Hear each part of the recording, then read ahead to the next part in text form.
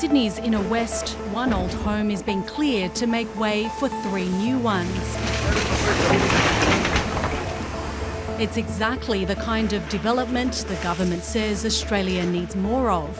But getting it built and getting buyers across the line is proving harder.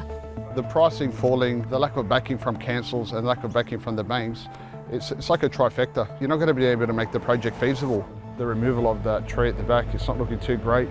Yep. Despite the government's push to steer investors towards newly built homes, developers say many are choosing to wait. There's no confidence in the market. So a lot of investors have pulled back a lot. Across the market, the mood is the same, cautious and uncertain. Buyers are becoming more discerning at this stage. They are observing what's happening. They will only act when they feel the property is right for them. I think it's a good time for the buyers to be looking around. There's a lot of uncertainty about the impact of these policy changes, and uncertainties poison for markets. Senior economist Matthew Hassan says the current slowdown is being led largely by investors. We are in the midst of an interest rate tightening cycle, so demand more generally is also softening across the owner-occupier side of things, but the big shift over the last month is really around the investor piece. Nationally, home prices fell 0.4% in June, the biggest monthly decline since December 2022, but it still climbed 7.3% over the year. The median home value has dipped to almost $938,000. Sydney and Melbourne were the biggest losers, followed by Canberra. Bucking the trend, Darwin led the monthly gains. Perth, Hobart, Brisbane also rose slightly. Adelaide was flat.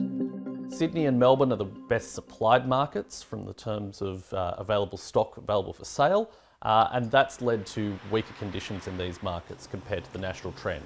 And stronger conditions still persist in both Brisbane and Perth, really reflecting the continued tightness in the supply in these markets. The Prime Minister says the government's tax changes are levelling the playing field. Treasury estimates are that there'll be an increase in the value of homes, but it'll be slightly lower than it would have been without these measures. Over time, it should help make it a little easier for first home buyers to enter the market. That doesn't necessarily mean that prices are going to become much more affordable. Adding to affordability pressures, the Reserve Bank Governor has made it clear that the fight against inflation isn't over. And while interest rates were unchanged in June, the market still thinks there's a chance of another rate hike before the end of the year. Just another wildcard facing would-be buyers. It's a little bit scary, I guess, because it's, you know, there's talk of it crashing and going down. But I guess we're hopeful that, you know, wherever we sell, we're going to buy at a similar level. Hopeful in a changing and challenging market. Well, the federal government is hoping for a silver lining in cooling prices in the form of more first home buyers getting a foot on the property ladder. Aruna Sathanapally is the CEO of the Grattan Institute, and she joined me earlier. Welcome to the program. Thanks, lovely to be here. Now, how do you see the plight of first home buyers 12 months from now? So, look, it's not an enviable thing to be a first home buyer in Australia. You know, while the market cooling is good news for first home buyers, it has to be taken in the context of Australia still being one of the most unaffordable housing systems in the world, and that is the bigger problem for first home buyers, and that's decades in the making, and that will take a long time to fix. It will, but the government is doing its damnedest to achieve just that.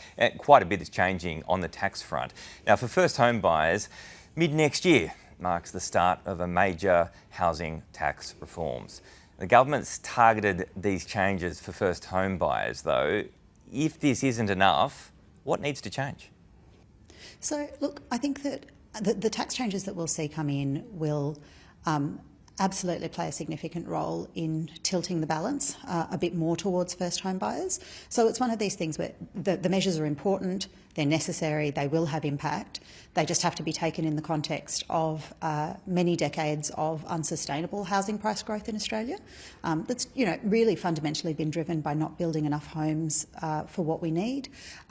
That said, what we expect the tax changes to do is to shift the composition of who's buying homes in Australia, to tilting the balance towards more owner-occupiers and less investors, and within those owner-occupiers, more first home buyers than there would have been otherwise. Look, the great Australian dream, there's no doubt about it, is home ownership. This looks like it is fading though. How does Australia compare internationally in this regard? Yeah, terribly, right? So we are the second most unaffordable housing system in the world. We come second to Hong Kong.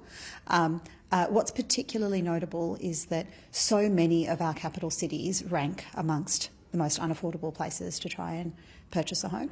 And as I said, this is long in the making. This isn't a problem that's emerged overnight.